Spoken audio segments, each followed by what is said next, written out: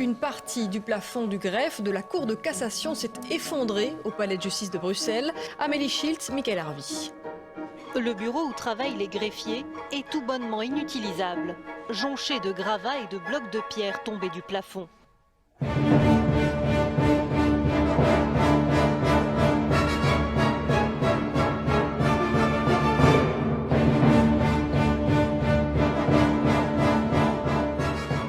Nous vous le montrions hier dans le JT 19h30. Le palais de justice de Bruxelles se trouve dans un état de délabrement. Un plan d'aménagement et de réhabilitation sera bientôt sur la table du gouvernement. Mais d'ici là, ceux qui connaissent bien le bâtiment sont très inquiets. Reportage, Justine Katz.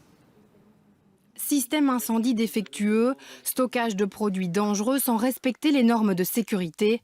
L'inspection du travail a constaté une trentaine d'infractions au sein du palais de justice de Bruxelles. Cette fois-ci, on a demandé vraiment un plan d'action concret qui sera établi en collaboration avec tous les concernés, c'est-à-dire la régie des bâtiments, l'SPF Justice et l'ordre judiciaire même.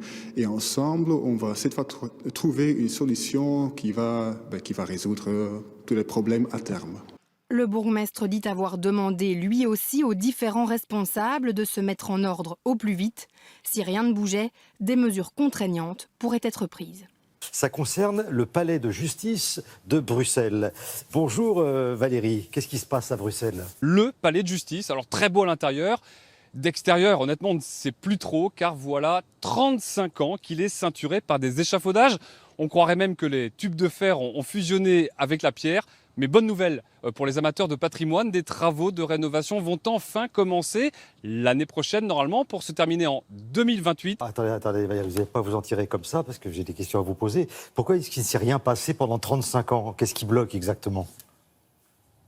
Eh bien d'abord parce qu'il y a eu un long débat sur ce qu'on devait faire de ce bâtiment. Et puis il y a eu des procès entre la région de Bruxelles et la régie des bâtiments sur le fait qu'il n'y avait pas eu de permis d'environnement pour mettre ces échafaudages. Ajouter un peu d'inertie politique, voilà le résultat. Mais le gouvernement a promis que les travaux débuteraient dès l'année prochaine. Enfin, les sempiternels échafaudages qui maintiennent la structure du palais pourraient disparaître d'ici 2030. Un bureau d'études est en charge du projet.